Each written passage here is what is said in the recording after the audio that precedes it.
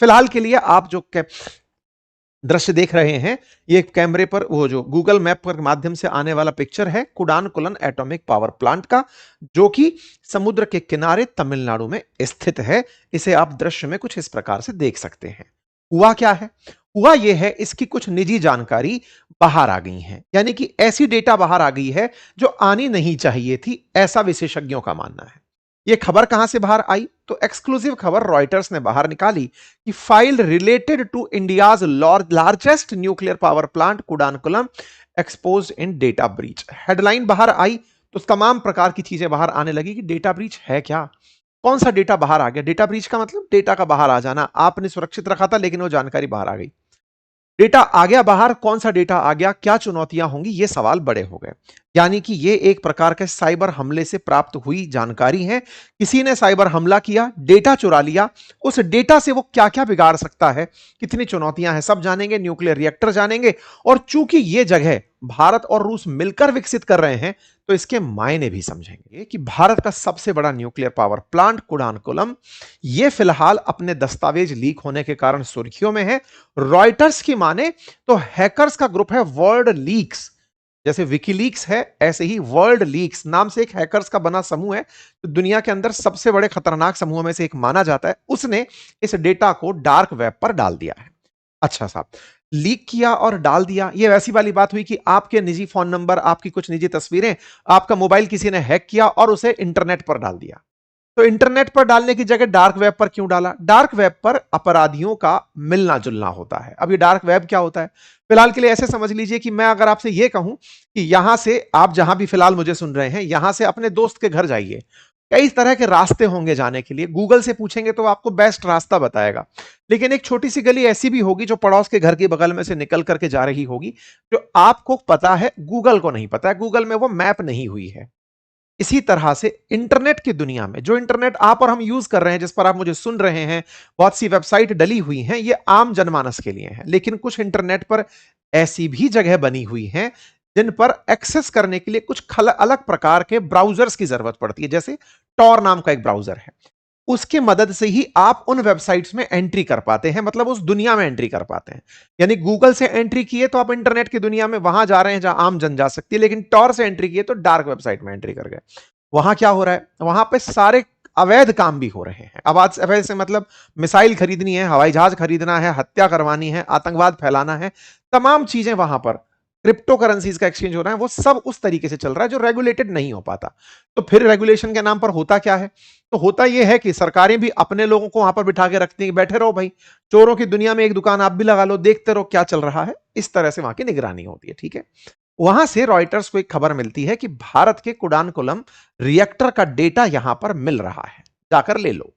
अब साहब आप पूछेंगे कि ऐसा क्या है कुडानकुलम का जो डार्क वेब पर डल गया? तो अब इस तक चलते हैं। तो कुडानकुलम को समझें उससे पहले न्यूक्लियर रिएक्टर को समझ लेते हैं। देखिए, ये जो आप भट्टी सी बनी देख रहे हैं, बड़ा सा भाप उठता देख रहे हैं, एक रिएक्टर का सिंबॉलिक तस्वीर है, जिसमें कि यूरेनियम के विखंडन से बनी हुई जो ऊर्जा है उसको पानी को वेपर में बदलने के अंदर काम में लेते हैं और उससे टरबाइन चलाकर बिजली उत्पादित करते हैं। कुछ इस प्रकार से टरबाइन घूमती है और इलेक्ट्रिसिटी बनकर आम जन तक पहुंचती है।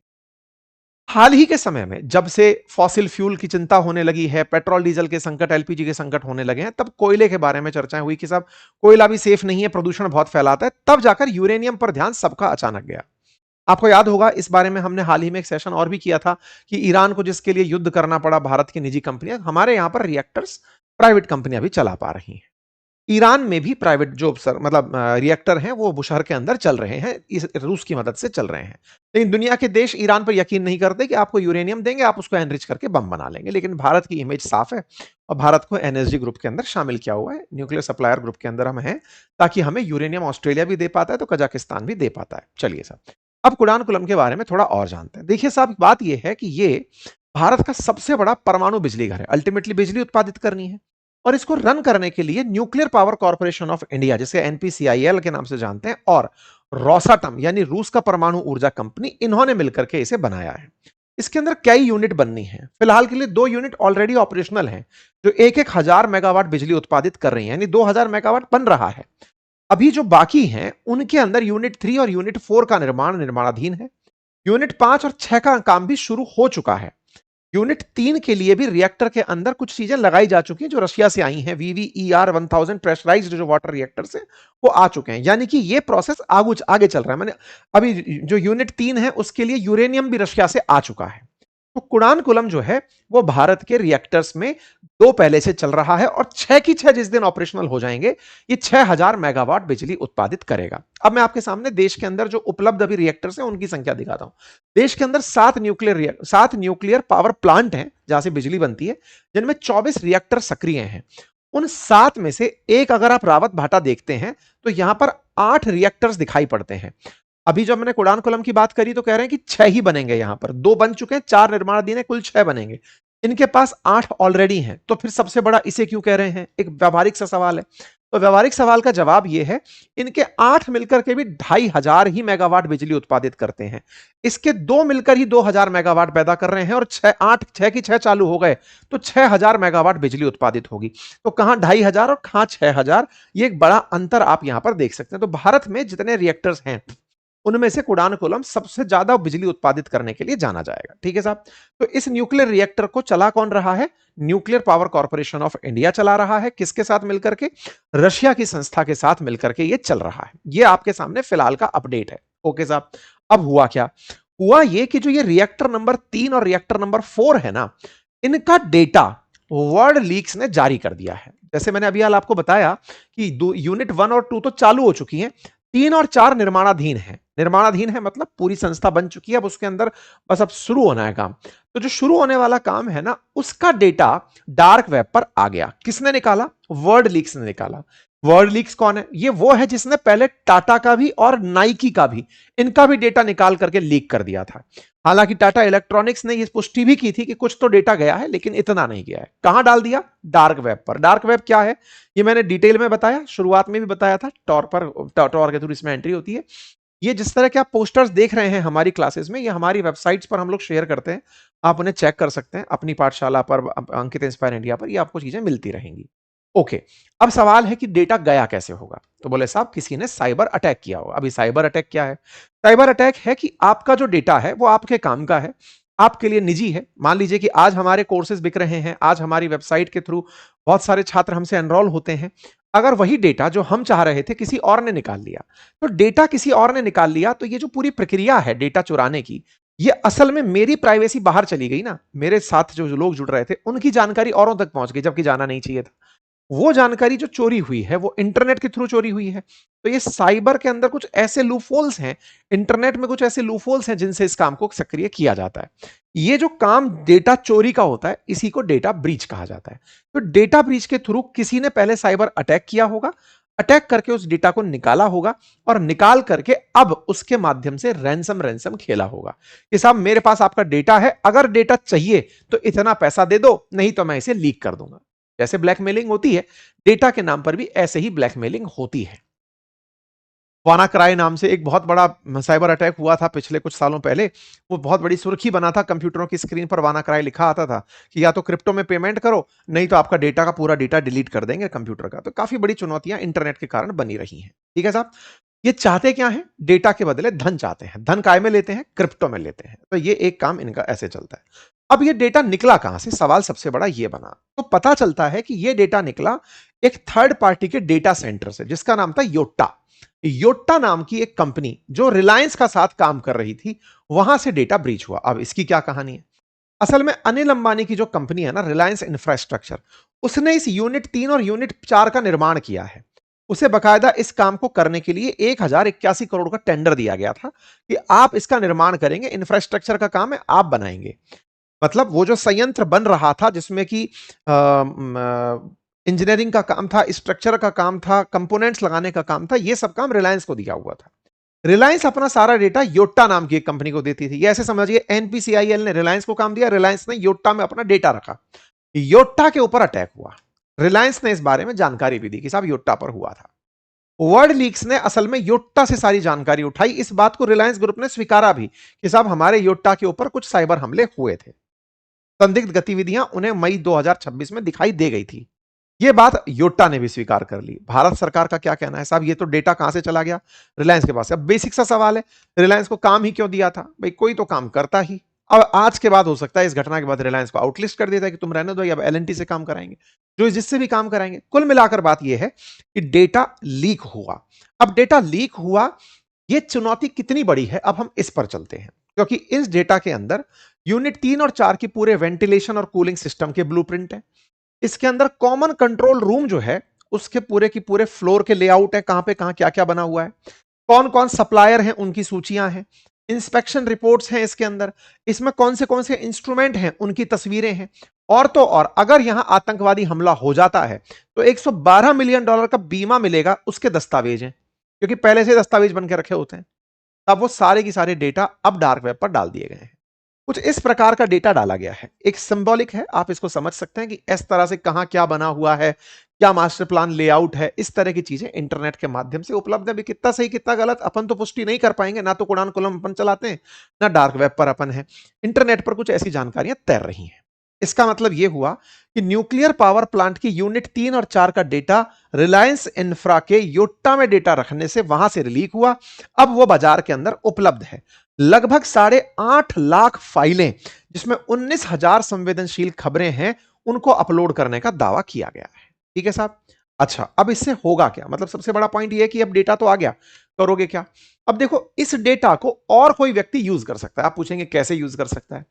कल को किसी को अगर यह पता है कि इस ऑपरेशनल सेंटर में, इस फ्लोर पे इस कंपनी की मशीनें लगी हुई हैं, और उस कंपनी की मशीन में अगर मैं बग डाल दूं, तो वहां से निकली हुई बग इनके पूरे पावर प्लांट में अंदर जा सकती है। ये इसको आपको समझने के लिए थोड़ा सा इसको मैं पूरा इतिहास में लेकर चलता हूं कि ये कितना खतरनाक हो सकता है, मतलब इसको किस तरह से मतलब टारगेट किया जाता है। इसके पीछे आपने कुछ दिनों पहले एक फिल्म भी आई थी, जिसके अंदर मतलब वेब सीरीज थी स्पेशल ऑप्स 2 करके, जिसमें अपने पूरी डेटा चोरी को लेकर के अगर वो देखा हो तो ठीक है, अदरवाइज मैं आपको एक रियल लाइफ एग्जांपल देता हूं। साथियों, एक स्टनक्स करके, स्टक नेट करके एक ऐसा ही मामला हुआ था 2010 के अंदर।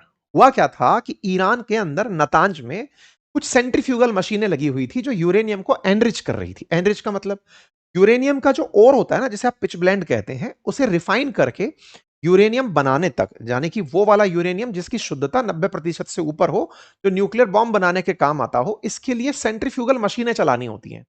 सेंट्रीफ्यूगल मशीनें किसी कमांड पर चलती हैं, सेम स्पीड पर चलती हैं, सेम प्रकार से चीजों को निकालती हैं, तब जाकर के उसमें से यूरेनियम बाहर निकल कर आता है। मतलब ऐसे समझिए कि मथना, जैसे दूध मथ करके मक्खन निकालते हो, ऐसे पिच ब्लेंड को मथ मथ करके प्योरिटी बाहर निकालते हैं। इसके लिए सेंट्रीफ्यूगल मशीनों को घंटों काम करना पड़ता है, कई दिनों तक चलती है। इस तरह का इन्होंने एक पूरा प्लांट बना रखा था नतांज में, ईरान वालों ने। अमेरिका और इजराइल को यह पता था कि ये लोग यूरेनियम एनरिचमेंट करने में लगे हुए हैं। अब इन्हें रोके कैसे। रोकने के लिए उस नतांज पे या तो हमला करें। अब हमला तो आप देख ही रहे हैं, आए दिन हो रहा है, लेकिन कोई फर्क नहीं पड़ रहा, क्योंकि उन्होंने इतना गहराई के अंदर बना रखा है अपना प्लांट कि वहां पर कोई बम का असर ही नहीं होता। मतलब बम का असर इतनी गहराई में कि अमेरिका के जो 80-80 फीट तक जाकर नीचे मिसाइल जा सकती है, उससे भी जाकर नीचे उन्होंने अपने प्लांट बना रखे हैं, तो उस पर असर नहीं होता। तो फिर क्या हो सकता है साहब। फिर इन्होंने क्या किया, एक पेन ड्राइव के अंदर अपना ये वायरस डालकर भेज दिया। इंटरनेट से ऑपरेट ना हो सके ऐसा नतांज का न्यूक्लियर जो प्लांट चल रहा था, उसमें किसी आदमी को लालच देकर के पेन ड्राइव के माध्यम से ये स्टकनेट करके जो वायरस है ये भेजा।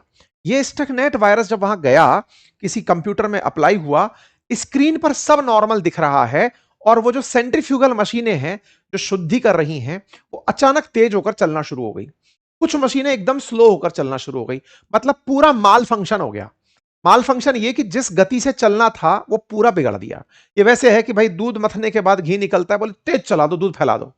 ये बिल्कुल धीरे चला दो, सब मिला दो, सब दही और दूध एक साथ मिल जाएगा। जो बिल्कुल कंसोलिडेटेड टाइम और वो सब सही है, वो सब बिगाड़ दिया। 2010 की घटना है ये। इस घटना के पीछे कहा गया कि अमेरिका की सीआईए और इजराइल के मोसाद ने मिलकर यह काम पेन ड्राइव से करके ऐसा काम हुआ, जिसकी वजह से ईरान आज 10 साल पीछे, अदरवाइज वो पहले ही कर लिया होता है ये सारे काम। बार बार आप इजराइल को कहते सुनते थे ना, साहब इन्होंने पूरा बना लिया है, यूरेनियम बम फोड़ देंगे। वो पूरी कहानी यहां से निकल कर आती है।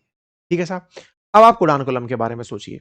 अगर ब्लूप्रिंट आपके पास है कि इस जगह पर इन इन कंपनियों की मशीनें लगाओ आएंगी, आपके यहां पर सीधा चलकर कोई नहीं आ रहा। क्यों? क्योंकि इंटरनेट को आप पहले से ही बहुत एक ड्राई लेयर बनाकर रखते हैं कि अंदर का इंटरनेट बाहर के इंटरनेट से बिल्कुल कनेक्ट नहीं होगा। पूरी तरह से सिक्योरिटी को मेंटेन करते हैं। भारत की बड़ी एजेंसीज हैं, सर्टेन जैसी, जो इस बात को सुनिश्चित करती हैं। लेकिन अगर कोई कंपनी का प्रोडक्ट पार्ट आपने लगाया, आपने कोई पार्ट, जैसे इनके अंदर भी इन्होंने सीमेंस करके जो कंपनी है उसके पार्ट लगाए हुए थे, वहां से एंट्री मारी थी इन लोगों ने।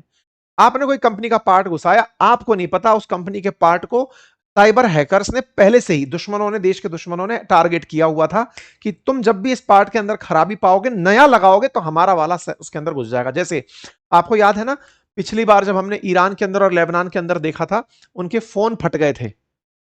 अगर आपको याद हो तो एक बार इजरायलियों ने बहुत पहले से ही कभी कोई वॉकी टॉकी के अंदर बग लगा रखी थी।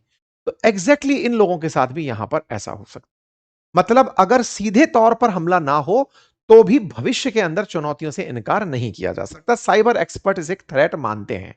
उनका मानना है कि यह एक खतरनाक घटना है। हालांकि अभी चूंकि वहां पर कोई काम नहीं हो रहा है, अभी के लिए नहीं, लेकिन भविष्य के लिए अगर उस चीज को जो बाहर आई है उसे अगर दुश्मनों को हाथ लग गया, अब जब सबके सामने है तो दुश्मनों ने भी उसको ढंग से देख लिया होगा। लेकिन हाँ, ये सारी बात चुनौती की है। पर साहब आप क्या करें, सुरक्षित बची कि नहीं? तो देखो, इन जगहों की सुरक्षा पहले से ही एनपीसीआईएल, डीएई, एईआरबी, इनके हाथ में, सर्टिन जैसी एजेंसीज इंटरनेट की सुरक्षा यहां पर सुनिश्चित करती हैं। उसके बावजूद भी भारत दुनिया के अंदर डेटा ब्रीच होने वाले देशों में नंबर 3 पर आता है। यहां पर दुनिया भर के जो डेटा ब्रीच की अगर आप जानकारी निकालने निकलेंगे, तो दुनिया भर के अंदर जितने भी साइबर हमले हुए हैं उसमें से तीसरे सबसे ज्यादा भारत पर ही हुए हैं। अमेरिका हालांकि उनमें नंबर 1 पर आता है। डेटा सिक्योरिटी के मामले में यह बड़ी बात है कि 204 भारतीय संस्थाओं में 73% को यह जानकारी नहीं थी कि उनके यहां पर कभी साइबर हमले हुए हैं। हमको पता ही नहीं रहता। हमारे देश के अंदर साइबर हमले भी एक, हाँ हो सकता है लैपटॉप खराब हो गया होगा, कोई आपके सारे डेटा को लेके जा रहा है, पता नहीं चल रहा। मतलब हमारे यहाँ पर 57% संस्था ऐसी हैं जिनको पहले से ही नहीं पता कि साइबर हाइजीन भी कुछ होता है, चेक करना होता है, डेटा रीच तो कोई ब्रीच नहीं हो रहा है। दुनिया में अगर सबसे बड़े हमले बताए जाएं तो ये जो मैंने आपको बताया ना, स्टाइनक्स करके जो हमला था, ये सबसे बड़े हमलों के अंदर काउंट किया जाता है। जहां तक डेटा ब्रीच की बात हो तो डेटा ब्रीच के अंदर याहू का डेटा ब्रीच, जिसने 3 अरब लोगों का डेटा लीक कर दिया था, वो सबसे ऊपर माना जाता है। ठीक है। आधार का जो मामला हुआ जिसमें 1 अरब लोगों का डेटा बाहर आ गया, ये इस तरह की बात है। और सबसे बड़े साइबर हमलों में स्टेकनेक्स, जो कि मैंने अभी ईरान वाला बात बताया, वो सबसे ऊपर माना जाता है। ठीक है साहब। सॉल्यूशन क्या है इसका? अब सॉल्यूशन तो यही है कि आप साहब इन सबको बिठाकर पूछो, इनकी सुरक्षा ऑडिट करो कि भाई क्या क्या था, कहां कहां अटक गया, बताया जाए।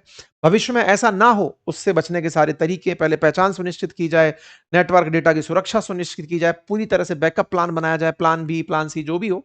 इन सब चीजों की अब स्पष्ट निगरानी की जरूरत है। बाकी आप लोगों को क्या लगता है, आपकी राय कमेंट बॉक्स में बताएं। चैनल पर नए हैं तो सब्सक्राइब करना बिल्कुल ना भूलें। भैया बार बार कहते हैं लेकिन आप भूल जाते हैं, बह जाते हैं आप। बाकी कमेंट बॉक्स के अंदर हमने गूगल फॉर्म रखा है। अगर आप हमारी ये वेबिनार ज्वाइन करना चाहते हैं, जिसमें हम पर्सनैलिटीज को हमारे ट्रेट्स के आधार पर डिकोड करेंगे, तो संडे सुबह 11 बजे मुलाकात होगी। उसके लिए आप गूगल फॉर्म भर दीजिए। धन्यवाद।